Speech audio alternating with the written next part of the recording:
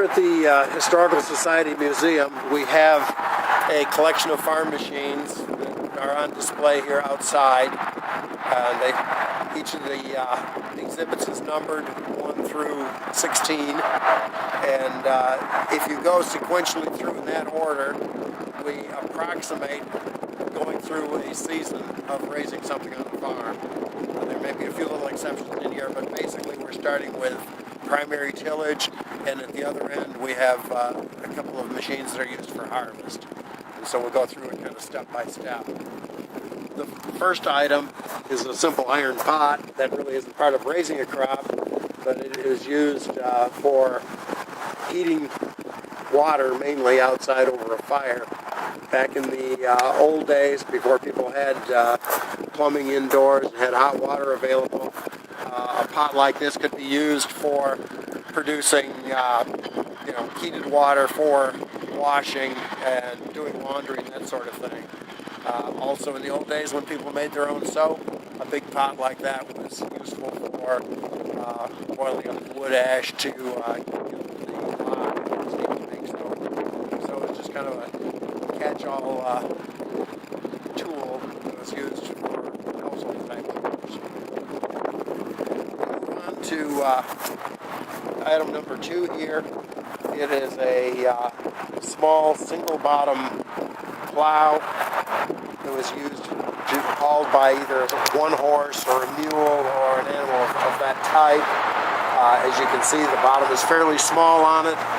There was a limit to how much you could accomplish with one animal, and this is about what you had to work with. You put the animal in front to pull it, and you had 2 handles out the back that the operator used to control it and keep it heading straight down the furrow. This is used to turn old soil or sod over and bottom side up as the first step in tillage. As the first step, it was generally referred to as primary tillage. The next item we've got here is also a plow, but it's on a slightly larger scale. It still only has a single bottom, but it's larger than the first one that we had. This one is what's known as a sulky plow. You see it has a seat for the operator so that you can sit up there where you have a good view of what's going on, and an assortment of handles and adjustments and so on to control the depth and to keep the width that you're cutting under control. This would take several animals to pull. Probably 3 would have been about the minimum, but depending on soil conditions, it may have actually required more than that. But anyway, this is called a sulky plow, and that term is used on some other machines.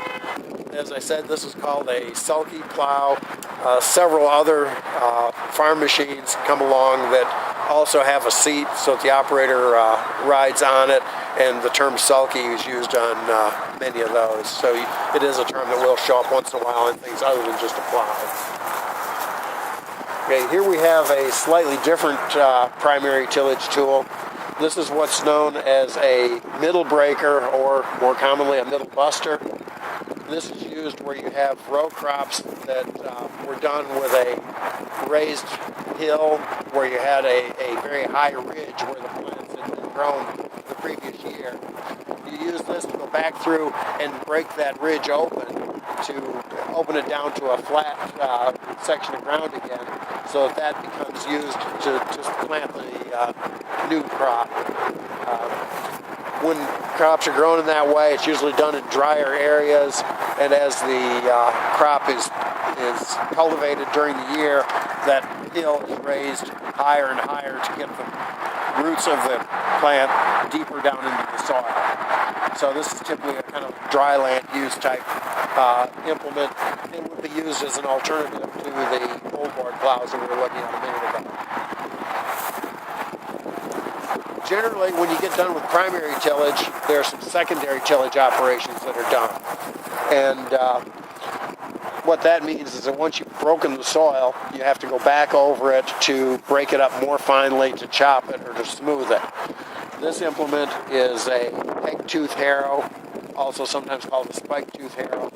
You can see there are small pegs attached here, and when it's operated, you can set how deep those turn down into the soil, and they're used to kind of hit the high spots and break up clumps while you're tilling.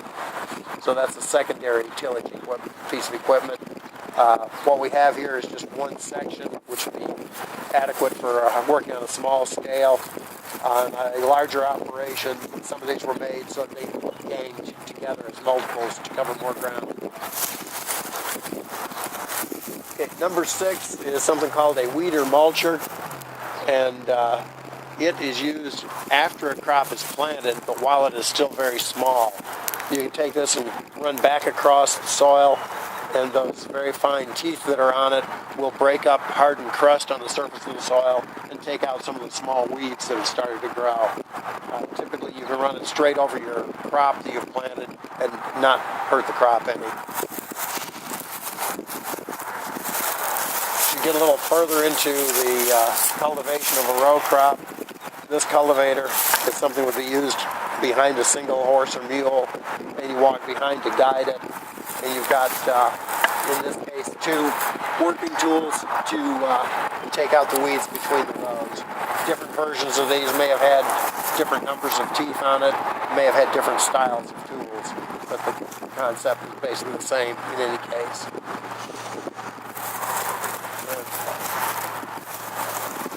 The next 2 items that we have here are a little bit off of the line of crop production.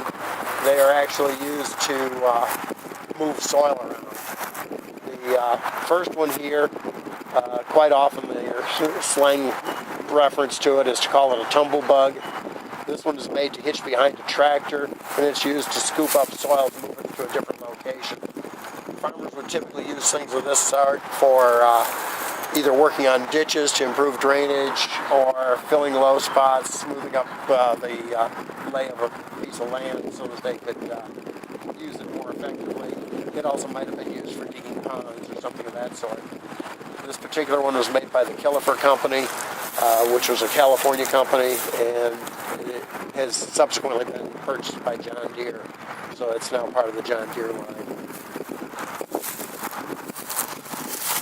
The next machine over here, same type machine, same usage as the one we just looked at, only this is a horse-drawn version. This one is one that typically is referred to as a Fresno, and it was named after the company and ultimately the town in California where they were designed and built. They were used a whole lot for ditching and preparing to drain fields to make them usable. If you have an opportunity to look in Lloyd Henderson's book talking about the area, there's a photograph of one of these in use. Okay. Step back just a little bit in the season. When you're planting a row crop, these 2 implements here, numbers 10 and 11, were both used for planting a row crop such as corn or cotton. The first one here is a sulky type. It's got a seat on it and was designed to be used with 2 horses, and it had a type of a middle buster type blade on the front of it, and then it dropped the seat in behind. That combination typically was referred to as a lister, so this is a lister type planter. The other one, a little bit lighter duty piece of machinery, is one that you walk behind, would typically be pulled by a single horse or mule, and it would be used again to plant the same crops as the other one, things we planted in a row such as corn, cotton, and so on. Number 12 here, this is a grain drill. This is different than the planters we just looked at in that this is used to plant something that is generally more of a broadcast type seeding or seeded in the way this actually functions. It would plant very narrow rows close together. So you would use it for a small grain type crop such as oats, wheat, barley, and so on. This one was late enough to be designed for tractor use. It's got a tractor hitch on it, and there's a manual lever here for dropping the working tools into the ground. The way it is sitting here, we have it set up so that the right side, as you look at it, the machine is in the ground in the planting position. The left side is raised up to a transport position. So you can kind of see what the difference is between the two locations. You can almost, back behind it, see some chains that drag behind it. Those would drag behind to cover small grass seed that would be broadcast on the plant. So in certain circumstances, you would use drag chains to cover the crop. Here we're getting more into the harvesting side of things. This particular piece of machinery here is a horse-drawn mower. It's a single-bar type mower. It's Gearing number 6. And it would typically be pulled by 2 horses and is used to cut a hay crop. When you cut it, it would just fall straight on the ground, and then you can come back later to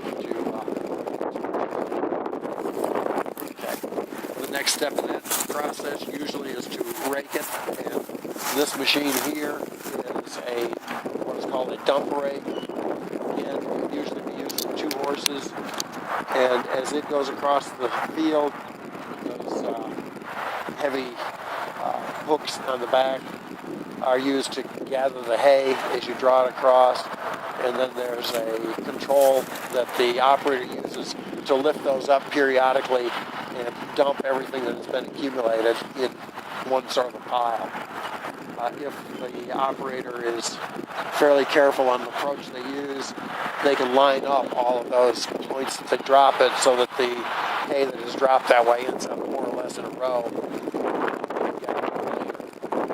That is a dumper mechanism for gathering that sort of thing. We have one more harvesting machine here.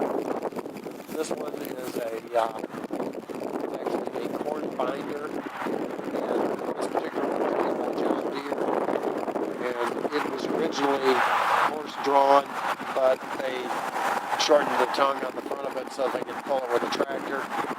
What this does is it goes down the row of the crop, which, like I said, is generally corn, and it will cut each stalk off near the ground, and it will bundle them together. After it gets a bundle together, periodically it will tie a piece of twine around that bundle, and then it comes out onto this conveyor, and it will be dropped on the ground. So it takes the standing crop and puts it in bundles that can then be hauled in for further harvest. In the south, some of these were used for harvesting sugar cane as well. So that's an alternate purpose for the same machine.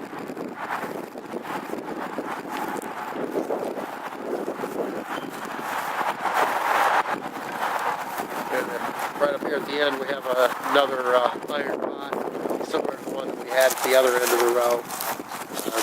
So that's just another example of